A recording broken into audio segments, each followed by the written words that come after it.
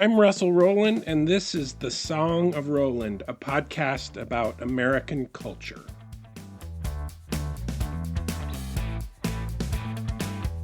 Today is 229 days since Donald Trump took office for the second time, and the day's headlines include Trump's threat to bring National Guard troops into Chicago, just as he did in Washington, D.C. There are also reports that ICE agents detained 475 workers at a Hyundai plant in Georgia. And the clincher is that House Speaker Mike Johnson has presented a whole new narrative about Trump's involvement with Jeffrey Epstein, the completely insulting notion that the reason Trump spent so much time with Epstein was because he was a government agent working to bring Epstein down. I get so angry with some of the stuff that comes out of the mouths of these people that I find myself completely paralyzed and powerless to even talk about it, much less do anything to fight it. I know I'm not alone in this feeling, and of course that is exactly the purpose of their fire hose approach to creating more chaos. So we all have to power forward. It's been clear from the time the second term began that Project 2025 was going to serve as the playbook for this administration, but few people anticipated how quickly they would push this agenda forward. In these 5.5 months, Trump and his team have dismantled several government agencies, including USAID and the Department of Education.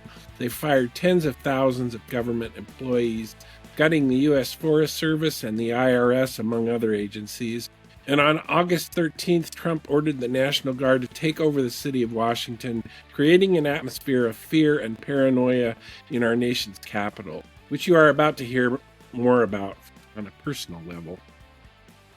The biggest question on many people's minds is why Trump is getting away with making these sweeping changes while Congress stands by and does nothing. The other lingering question, and it seems to be weighing heavy on the hearts of almost everyone I talk to, is what can we do? I met Alex Lawson at a conference in my hometown of Billings, Montana in early 2024, and he's a dynamic speaker, but more importantly, a strong advocate for one of the American institutions that Trump and the Republican Party have nailed a target on, which is Social Security. Lawson is the executive director of Social Security Works, a nonprofit that has been fighting to protect not only Social Security, Medicaid and Medicare, as well as other government programs for about 10 years. And he's a great inspiration for anyone who's wondering how they could possibly have an impact.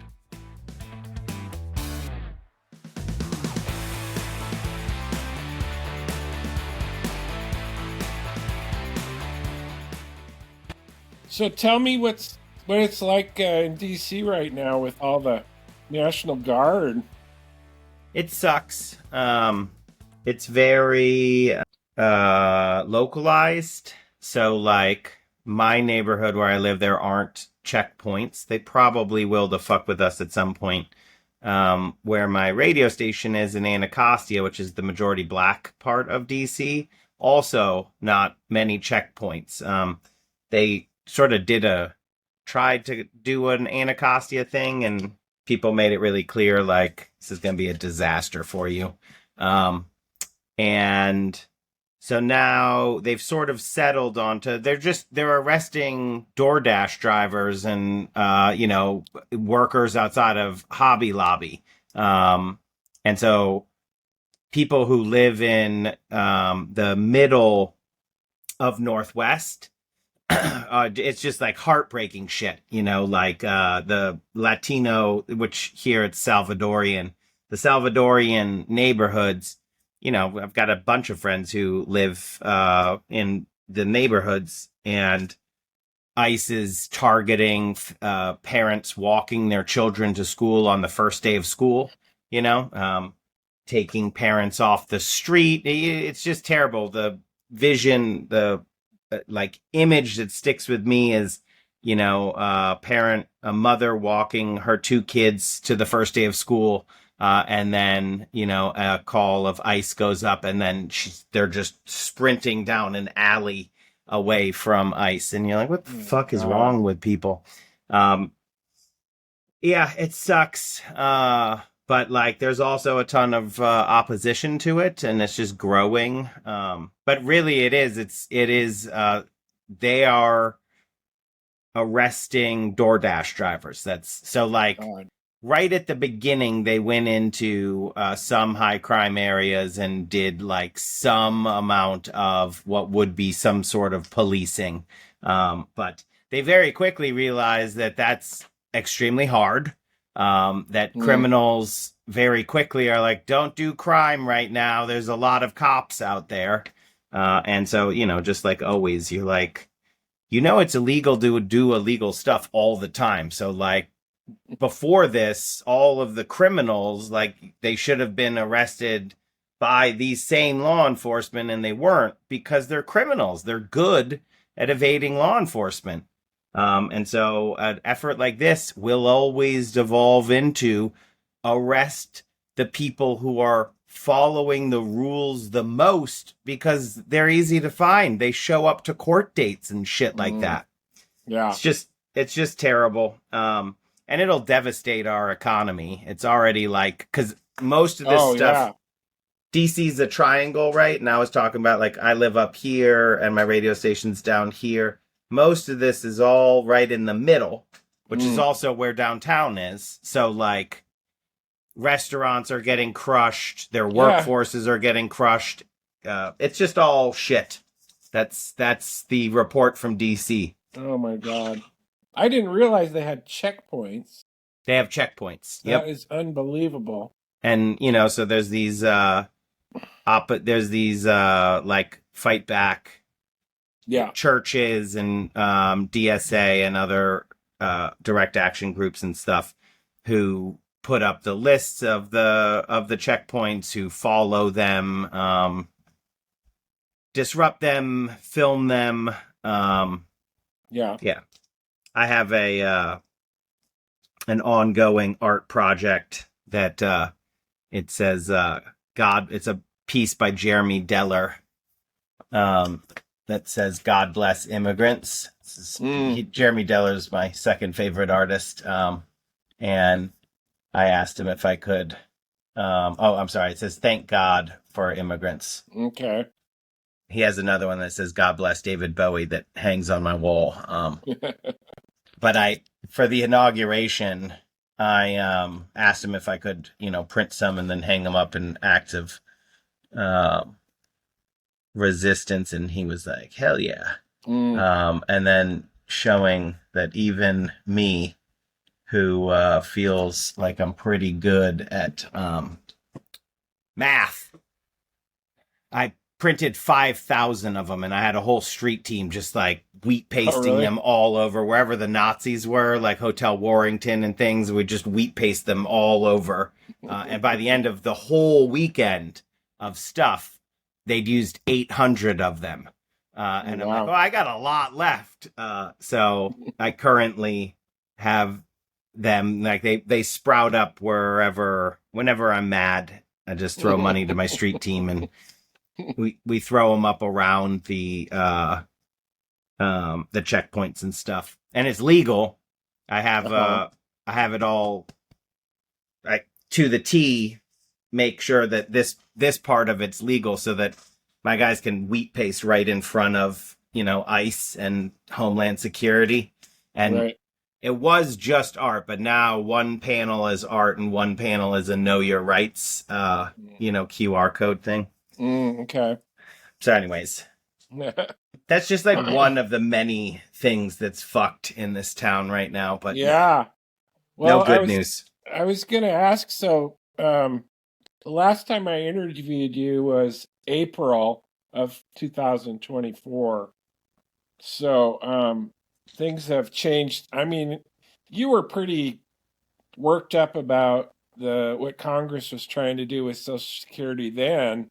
And it's just gotten, so much worse, exponentially worse. So, tell me about. Do you still have access to the hearings and stuff? Are you able to be there? And yeah, okay. Well, so tell me about how the atmosphere has changed in the last year and a half. I would say that the speed and volume of stuff that the Trump administration is doing is really above what people thought, Uh-huh. including me.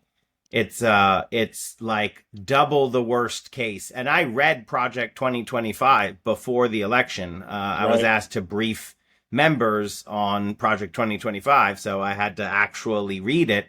It's really written out there. They're like, we're going to do illegal things because by the time it gets to the court, either the Supreme Court's going to agree with us or it'll be fait accompli and it'll already be done. So just break things. The goal is to destroy the government and to install in the place of experts political hacks who Yep. they were training. And, you know, you can Google and find their YouTube training videos. So I was pretty aware of what their plans were. And I still faced, you know, enormous amounts of people being like, I don't think that's, you know, it doesn't sound Right. realistic. And I'm like, Yeah. man, it's totally what they're going to try to do. But actually, I have been, I did not think that they would be as successful as they are. So, Yeah. for example, at Social Security Administration, I mean, like they just went in there and they just stole literally everybody's data, just like whoop, they stole it all. And just recently, you know, there's a whistleblower that said Big Balls, who is the guy who works for Elon Musk, you know, he's the guy Elon Musk put as his leave behind for Doge. She's a 22-year-old nothing, right? Like the whole point of these putting these 20-year-olds in is that they're not experts at anything except following their master's orders.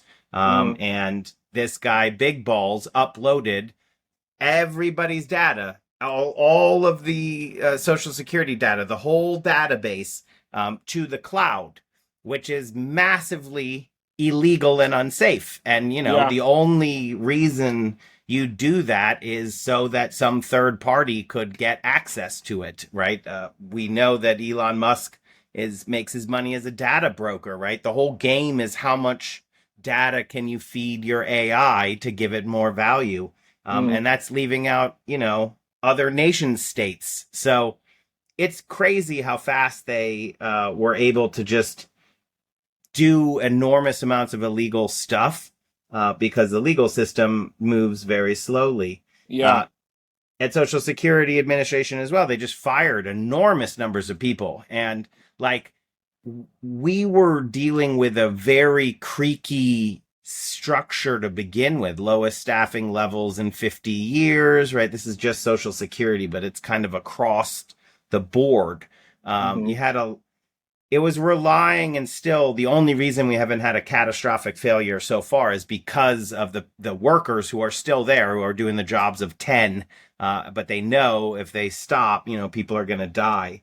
But like we've already, before the Yeah. administration, we're at a point where you had, you know, enormous amounts of people. All the expertise was in people who could retire at any point they wanted to. They'd put Yeah. in their time. Um, and now those same people are working under a work environment that is as poisonous as you can create, right? That's the point of Project 2025. They said they want to demoralize the federal workers, the civil servants who take an oath to the Constitution Hmm. to serve the American people. They want to destroy them, you know, break the back of the Veterans Administration, the VA. They're firing tens of thousands of veterans, break the back of the Social Security Administration. I think, to be honest, what I didn't predict is all of these things are so deeply unpopular that I never thought that anyone would be politically stupid enough to do, you know, even one of them, let alone all of them together, right? So they're trying to destroy Social Security. They're just and they're doing a heck of a job at pulling it off, right? We're seeing Right. disruptions and delays at levels that have never been seen in 90 years. And they cut $1 trillion from Medicaid, right? So in Montana, you got 8 hospitals that are going to close. You got nursing homes that are going to close. 15 million people lose their health care. 51,000 people a year die. All of that is so unpopular, and they did it all. And so I thought that we would be protected by some amount of political reality, but MAGA world's reality distortion is so great that they just don't. They believe in a fictional world where this stuff isn't happening, and we saw that with RFK Jr. yesterday at his hearing that he got demolished at. Right. But so everything here, I will say, the opposition is massive. Everyone hates this. All the stuff. It is a small band of people who are perpetrating a deeply unpopular agenda on the American people. And the only reason they're quote unquote getting away with it is because consequences move slower than the crimes. And also we're dealing with a very still apathetic public who, when you look at the public polling, it's not like everyone's like, heck yeah, I hate Medicaid. They're like, no, don't cut Medicaid. But they don't know that that's what just happened, right? So we're still dealing with over half of the American people who know nothing to little about the Republican budget. Yeah. So that's the reality that we're in, is like the people who are paying attention or working at this are sort of like flabbergasted. But there's millions of Americans who just really don't know what's happening and what's coming. And many of them, it's the first time they're going to hear about it is when something goes terribly wrong, right? When they lose something and are hit in the face. All of it, you can put I think it's so easy to think of it with the air traffic controllers, right? When they crush air traffic controllers, they fire, they demoralize all of that. And they're like, hey, no planes have crashed yet. And you're like, that yet means that a plane will crash, right? Yeah. Like you're dealing with stuff. And if you write that across the board, you're like, there's things that are way worse than plane crashes, right? Like nuclear safety, public health, pandemics, right? All of these things. And they're this ideological drive to break the government, like the government doesn't do anything, is driven by deeply unserious and stupid people who are wildly out of touch with reality, mainly because they're billionaires.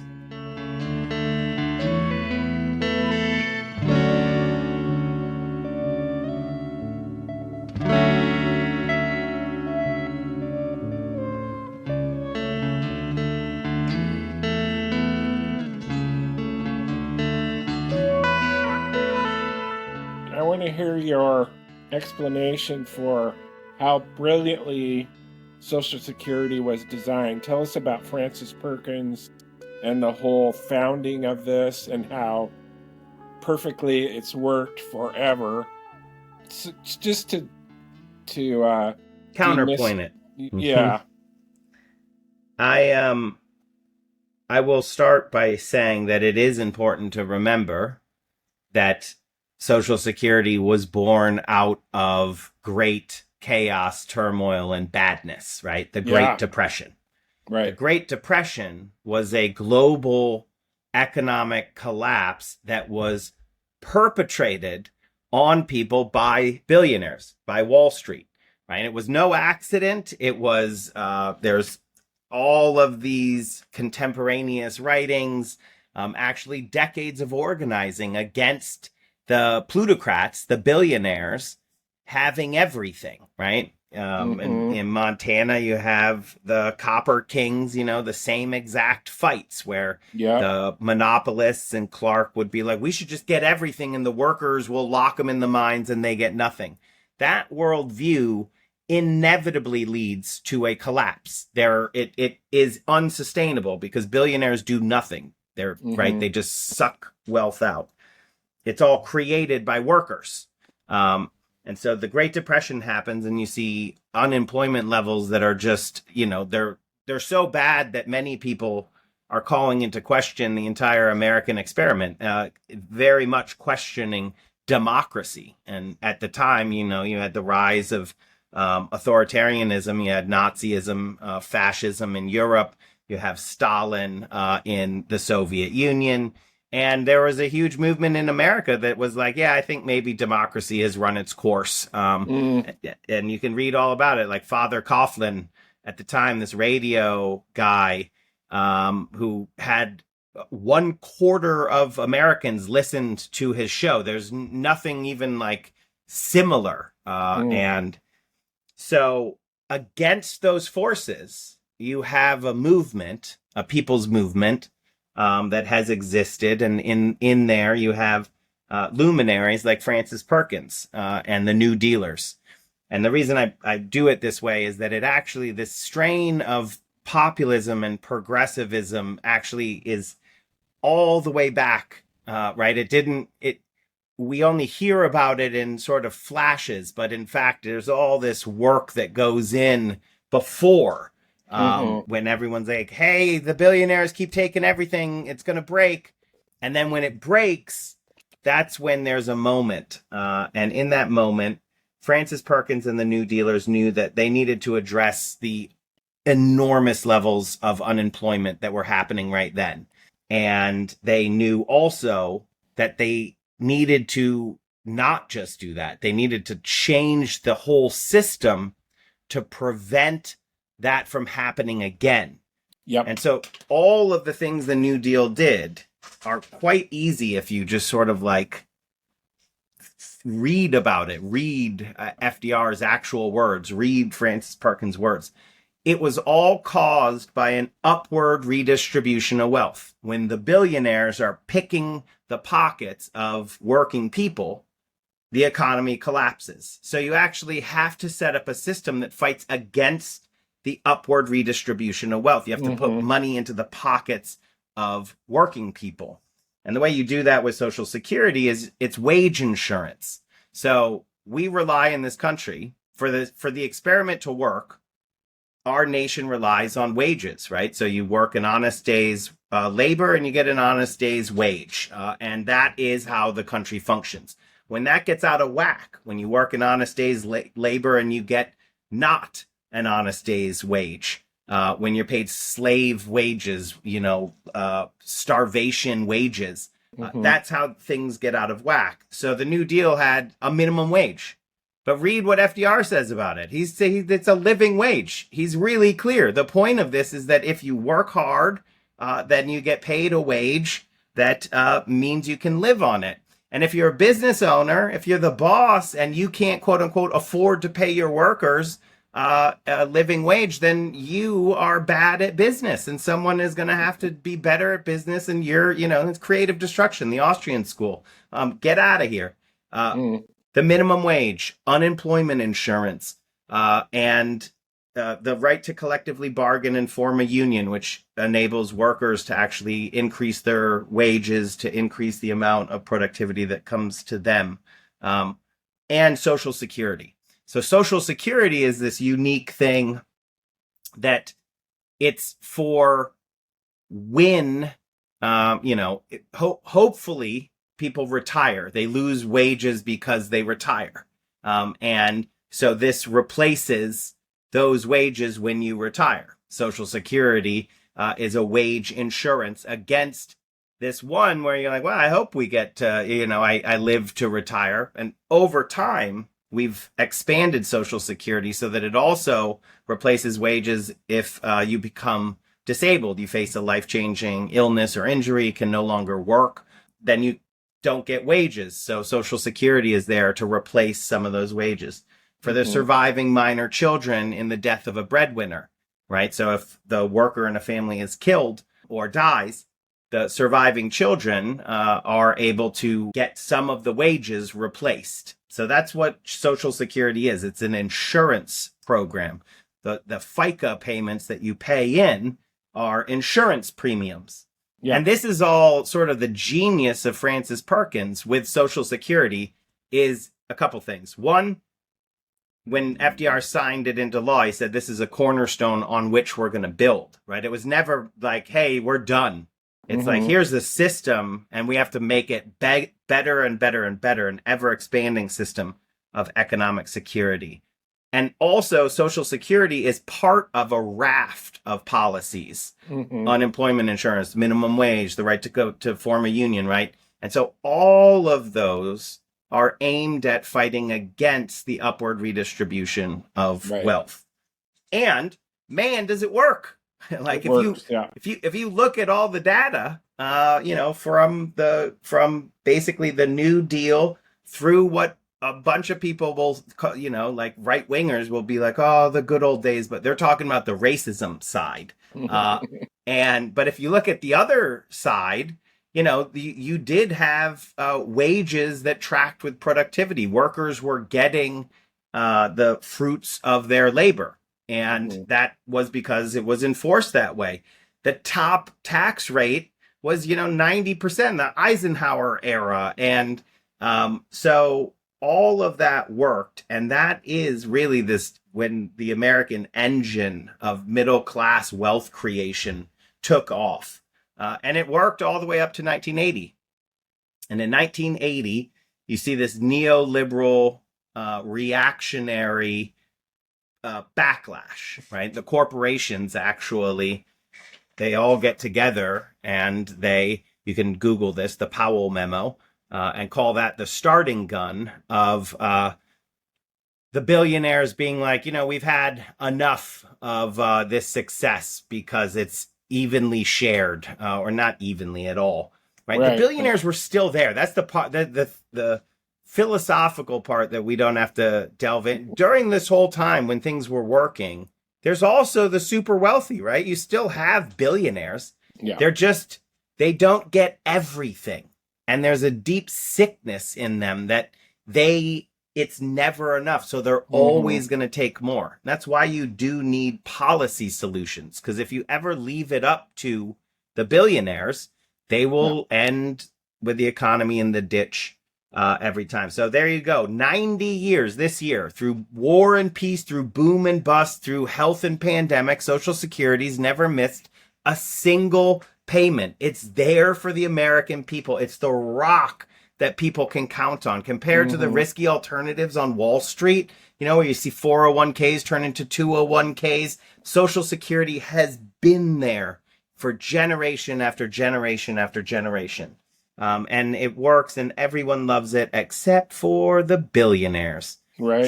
So now we end at a place that looks very similar to what happened right before the Great Depression, right? Yeah. And they're literally dismantling the policies that fight against the upward redistribution of wealth. The Republican budget that just passed is the largest upward redistribution of wealth in U.S. history. Right? They cut $1 trillion out of healthcare.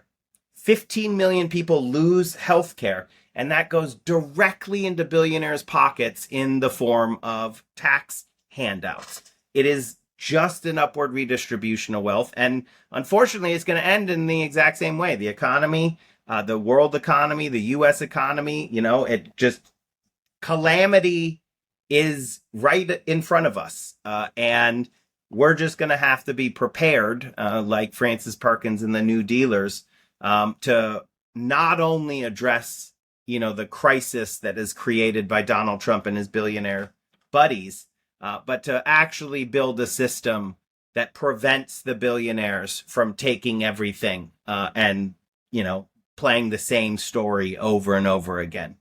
Today, Elon Musk, he bullies his board. His board authorized a $1 trillion pay package for him, right? A $1 trillion pay package on the same day that, they report these job losses and unemployment levels that we haven't seen since the pandemic.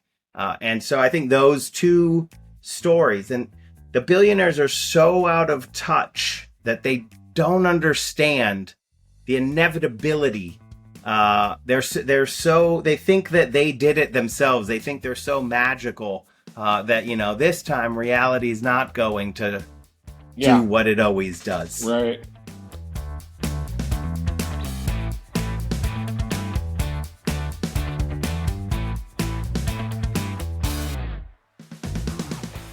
This podcast is sponsored by Dzonk Books, an independent publisher founded by Stephen Gillis and Dan Wickett in 2006 to advance great writing and to impact communities nationally with their efforts to promote literary readership and advocacy of creative writing workshops and readings offered across the country. Dzonk won the award for Best Small Publisher at the AWP Writers Conference in 2023. Thanks to Stephen Gillis for his support.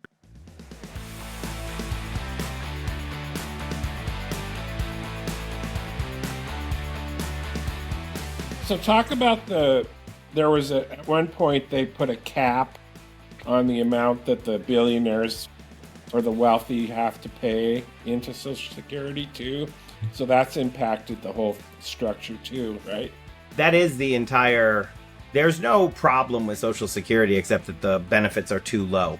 But there is this imbalance. Right. And I talk about it in my, I go around, do this presentation, and I can put it in the right order for you. There is an imbalance which gets reported as Social Security is running out of money, right? So when I'm talking to a room full of people, I'm like, hey, raise your hand if you've heard this, and everyone raises their hand. And then I show them, it's not me, I show them the chief actuary's words. Social Security cannot run out of money because it's an insurance system. So current workers are paying into the system. And as long as there's workers paying in, Social Security can't run out of money. But Social Security also projects out basically the life of a generation. So the baby boomers, that's to 2065. And the baby boom generation has been pre-funding their retirement because the current, the workers now paying in don't fully cover the benefits that baby boomers and everybody else have earned. So that's called the trust fund. And this has happened 6 times in the life of Social Security. It's designed this way. A generation fills the trust fund and then they draw it down and then the next generation takes over. And yes, the millennial generation is bigger than the baby boom generation. We don't face a demographic crunch the way a country like Japan does. So there is an imbalance, though. 30 years disappeared from that 2065 projection. And now the trust fund runs out in 2035, somewhere around there, might be even sooner. It's 8 to 10 years from today, based on the Republican budget hurt Social Security's trust fund solvency. And so if that happens, everybody's benefit is cut by 17% across the board, just 17%, boom. Everybody gets a 17% benefit cut, which would be like apocalyptically bad. It's 73 million people. The economic impact alone would just be magnitudes that no one has seen. And the death and harm would also be at levels that no one has ever seen. But that's really different than running out of money, right? Like now we've got the problem in sight. Okay, so we've got a decade to prevent the 17% benefit cut. And then you say, oh, well, this sounds like a hard problem. You're like, oh, man, well, let's get the math people out. And you're like, it's not hard. Hey, this is the actual answer to your question. It's so easy that when I tell people, they're like, what? It's an anachronism. It's a trick of history or just a random thing. It actually comes all the way from the beginning. So it wasn't put in later. But the reason is long dead. It's long past, right? It was like a negotiation in the 30s. But there's a cap on how much people pay in on Social Security. So people only pay in on about the first $170,000 of income. Right. And after that, they don't pay in anymore. So if you make $1.7 million, you only pay in on the first $173,000 of income. If you make 70 million, you only pay in on the first 173. And all you have to do is get rid of that cap and make billionaires and the ultra wealthy pay the same rate as all of the rest of us, right? Yeah. So a minimum wage worker pays into Social Security at a higher rate than Elon Musk. Yeah. And we're just saying all you have to do is get Elon Musk to pay in at the same rate as the rest of us. And then not only do we not have a 17% benefit cut in, 8 to 10 years, but we can expand benefits for everybody. $200 a person per month, increased benefits. Or there's other things we could do. That's my favorite bill. It's Bernie Sanders and Elizabeth Warren's. It's really great policy. But yeah, the solution is so easy that, when we have all this polling, you just ask people and they're like, yeah, definitely. Republicans, majority of libertarians, because we cut it every way. They're like, yeah, definitely just make the billionaires pay more pay the same rate. Again, yeah. The thing that shocks people is when I'm saying this, it's not saying that billionaires pay more than people making minimum wage. It's saying just have them pay the same and everything's fine. Now, I've had to update my presentation recently because you know who else knows that, though? The billionaires. And they definitely don't want to pay the same rate as everyone else. Mm-hmm. So Elon Musk, the richest man in the world, he spent tens of billions of dollars to buy Twitter, hundreds of millions of dollars in direct campaign contributions to elect Donald Trump so that he could be on stage holding a chainsaw, promising that he's going to take that chainsaw through the heart of the Social Security Administration. And he did. And so what they're trying to do is we're saying we have 8 to 10 years to build a broad consensus behind this common sense reform. Just get all the billionaires and ultra wealthy to pay the same rate as everyone else. And they see it, the billionaires who don't want to pay the same rate, they say, I've got 8 to 10 years to destroy Social Security, to turn people against Social Security so that I don't have to pay my fair share. And this is what they're pretty openly doing. I mean, they go on, they talk about backdoor privatization. They're pretty open about their goals, which is to wreck the system so that they can rob it. It's the old right-wing strategy. You kneecap the mailman, then you complain that the mail is late, and then you just happen to remember that you got a cousin in the private parcel delivery business, right? And so you'll pay 4 times as much and get a quarter of the services. That is privatization. Privatization is a term of propaganda for looting the public, right? Stealing the people's stuff. Upward redistribution of wealth.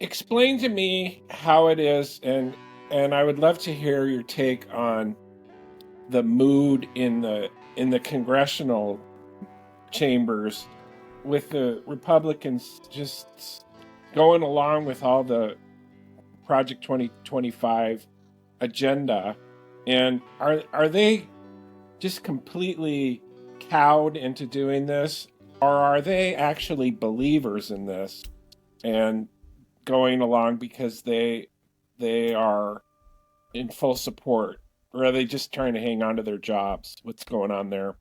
Yeah, it's all bad, right? So like you do have some people who are like intensely stupid, true believers who are like, this works, right? Yeah. And there's a lot of them. There's a ton of members of Congress. That's the thing that people don't remember. People generally only know a few, the ones that are on the news, but the majority of them aren't on the news, so you don't know their names. And but they know what their job is. Their job is to pull the lever when their boss says, pull the lever this way. Now, I talked previously about how I was wrong. I thought that the sort of political reality would protect us, right? Like if you do deeply unpopular things, you're going to lose your job. I will say the thing that it's how you want to look at it. Like it's also really scary because it seems like a bunch of the Republican sort of strategy is they're acting like they're never going to face their voters, right? They're acting like it does not matter. And there's this bravado in MAGA land like that, right? Where they quote unquote joke about a third term and things like that, right? They're not joking. They haven't been joking the whole time, right? Like they tried to seize the government by force. That is true and happened. The military is occupying American cities right now, right? I remember in Obama presidency, a false rumor that the military was going to have maneuvers in Texas. It's called Jade Helm. You can Google it. Led to this like massive freak out. And you had militia, right? They're all moving. They're like, we're going to resist. The government is literally taking over with the military in cities against the will of the cities, the states, right? I mean, like, if there was any sort of actual sort of thought that there was going to be pushback by these people who always talked a big game against big federal government, you're like, well, let me disabuse you of that. That was all play acting. They never believed in any of that. They love big government for themselves. They love big boot on people's necks government. That's their thing. And Donald Trump is their authoritarian guy who wants to deliver it. So you have people who are true believers, you have people who are deeply stupid, and then you have, almost all of them are just deeply, deeply corrupt, greedy. They're just looking to make a buck as much as possible. And so that's just true. All of that is true. Miller Meeks in Iowa, she won by 800 votes. She just voted to take away like 67,000 people's health care in her district. Right? Like, you don't do that doesn't work unless you don't think that you're going to face your voters. At the same time, we have to understand how the magnitude of what we're dealing with, which is like one of the most consequential attacks and dangers of democracy falling. But also, like, understand that, like, it hasn't changed. This is still America. Like, it's not like a bunch of people are like, yeah, definitely give all the money to the billionaires. It's mainly that these propaganda cannons, people can't get outside them, so they don't know what's going on. But, like, when there is a special election, the Democrats are blowing the Republicans out of the water at enormous. They're overperforming. I don't want to get into too much political hackery, but they're overperforming at levels that are bigger than 2018, right? Where what happened, Donald Trump's elected in 2016. He, does his first Donald Trump 1.0, and the American people are like, absolutely not. And then there's this huge reaction against Donald Trump, a full rejection of the Trumpist agenda, and in 2018. And all of the political signs point to a larger backlash against Donald Trump and the Republicans right now. And, that's borne out by, Joni Ernst stepping down. Joni Ernst is like a really good example of that blend, right? Like deeply stupid, super corrupt, right? All of it together. Because she literally gaffed herself out of a job. Because she couldn't. She like momentarily told the dark truth behind their plan, right? Because their plan is to kill people for profit, right? Like people die when you take their health care away. And someone was like, hey, people are going to die at a town hall. And she's like, everybody's going to die. And that was her response. And everyone was like, what the? And then Yeah. the next day, she recorded a response from a graveyard, trying to make light of it. And her popularity, which was not like sky high to begin with, she basically just destroyed her political future. And then she's like, you know what, I'm out of here. Mhm. And that is also true. So, right, the threat that we're under is super true. But like in Montana, Zinke is absolutely underwater, right? And that they've done everything they can to try to make it seem like he protected public lands when Mhm. he sold out public land. I mean, unfortunately, my job currently is like delivering bad news to people. Mhm. And they're like, well, is there anything good? And I'm like, no, there's nothing good coming out of DC. The public lands destruction, just wholesale sell off of public lands in Montana is going to be devastating. It's going to be at a level that no one has ever seen before. Everything that they've done in the Republican budget was at a level that no one had ever seen before. And I will sort of say this is kind of a closing of this question. It's related.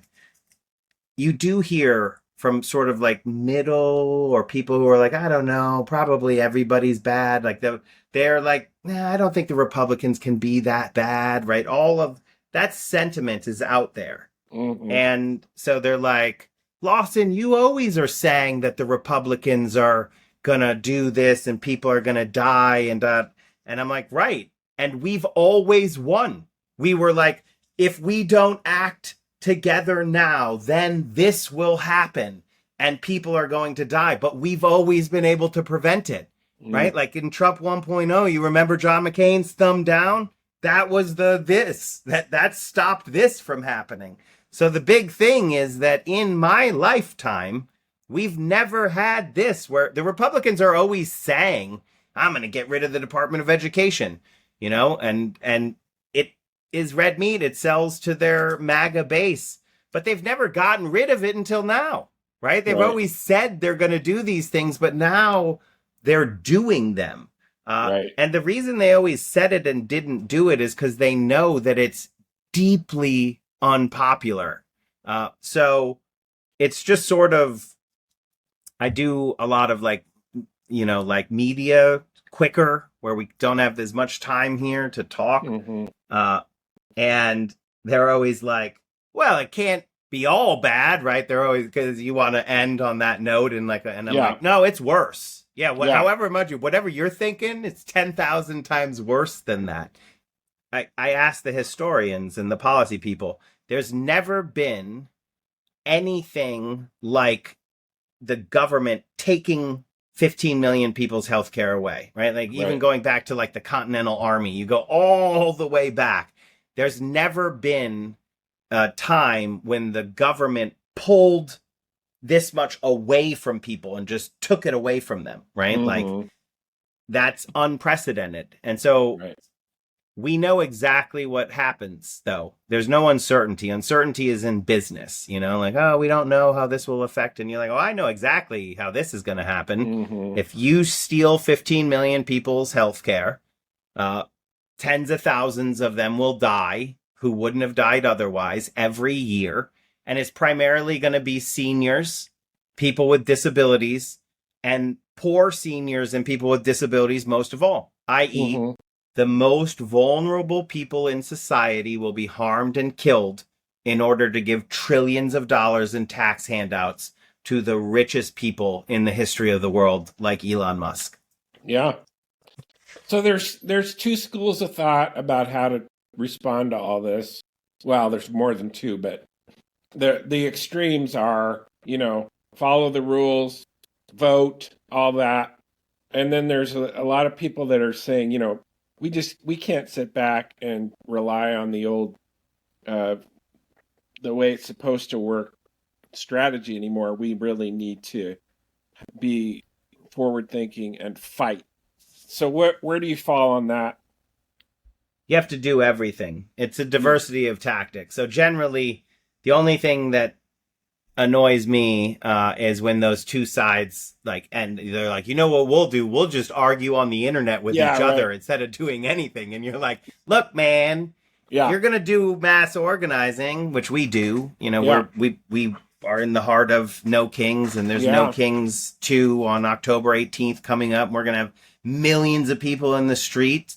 Like, yeah, you do that. And then people are like, oh, that doesn't, like we need to elect people who are going to, and I'm like, yeah, both, Right. and even more. You have to do everything. You have to Yeah. resist in any way that you can a literal authoritarian or fascistic takeover of Right. America.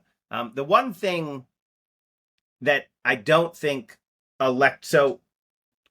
the one thing that you can't do is you can't follow politicians, right? So even if you think electoral is like really, really the bee's knees and you're not into like mass protesting, you still have to lead the politicians. Politicians are not, they are always lagging indicators. So that's why I say you have to do everything, because you have to show you have to make politicians brave. You give the people inspire the politicians. And I'm not saying, you can't have your favorite politician or whatever, and they can give a good speech and all of that. That's, I'm not trying to take anyone's joy.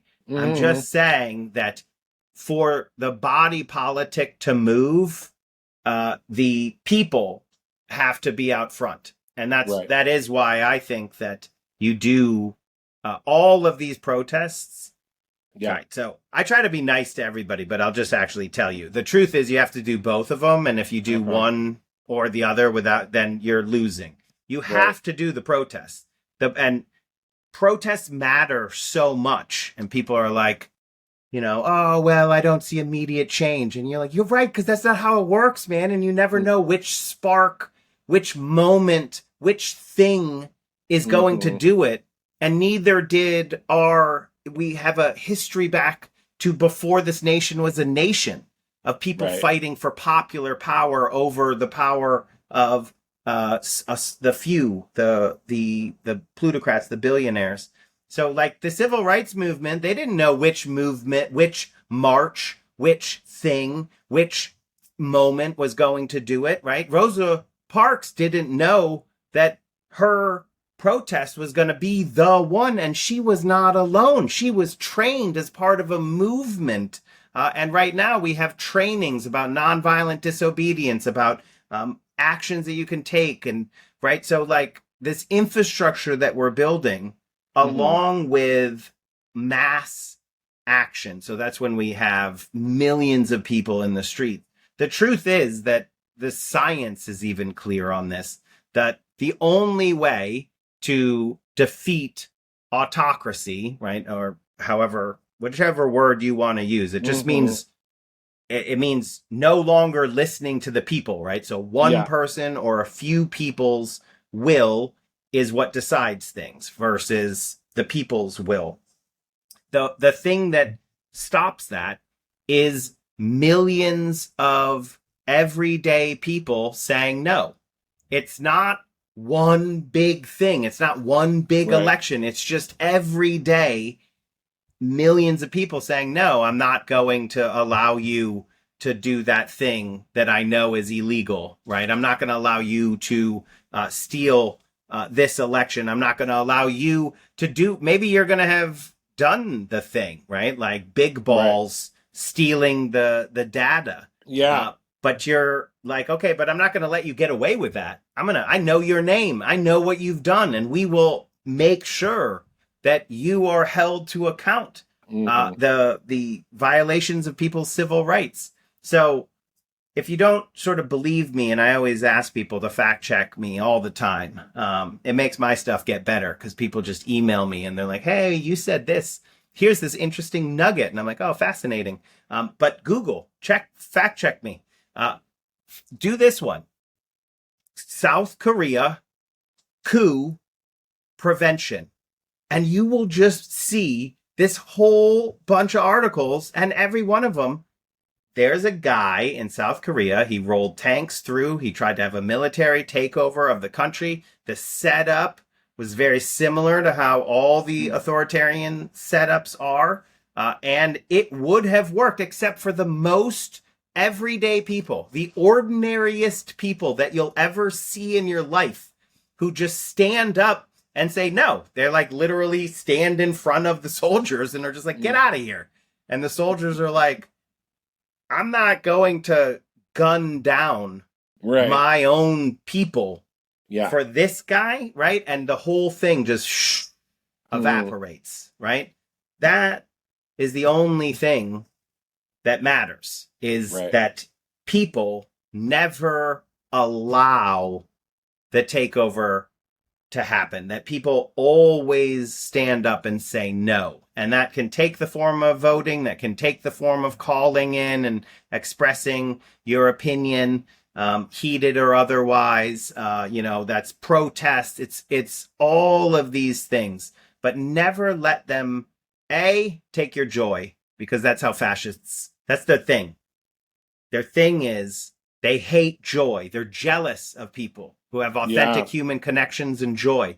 They're jealous in Montana of your ability to go out into public lands and nature and just feast on the beauty and be like, this is all ours. This is all ours. We know one person owns this and can put a fence up and say you can't partake, right? They're jealous of that. Yeah. That's why everything they do is to sort of smash our joy. So never let them take your joy and never let them take your voice. You don't have to also be the hero. So you can do whatever you feel safe and comfortable doing. And there's always something you can do if you're not in a position to raise your voice in a way that could lead to repercussions that would hurt you or your family. But you want to just tell someone who is raising their voice, I see you, I hear you, I appreciate what you're doing. Right? Like, I can't do that, but I know you, I want you to know that I'm with you. And that is what keeps us going. That is why I am, even in this dark time, deeply optimistic about the future, because I think, the other path is boring. What are we going to do? Not fight? Not fight? And remember, Social Security was born out of the Great Depression. Through adversity, solidarity grows. It's the only good thing about adversity, is that it actually does wake people up. And then they're like, well, we better get organized here, or we're going to lose everything that we thought we couldn't lose. Right. Very well said. And I would just want you to know that I see what you're doing and I appreciate it. And I want to thank you for coming on the show and telling us about it. Well, thank you. And I see this is the key. Hey, don't let them take your voice. Get your voice out. We will keep fighting. Thank you, sir. Thank you very much.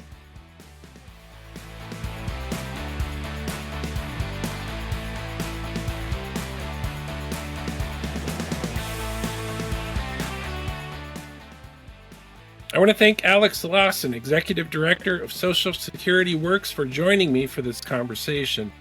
Thanks to my son Fletcher Whalen for his musical contributions, and to Dzonk Books for sponsoring this podcast. I'm Russell Rowland. Please join me again next time for another episode of The Song of Roland.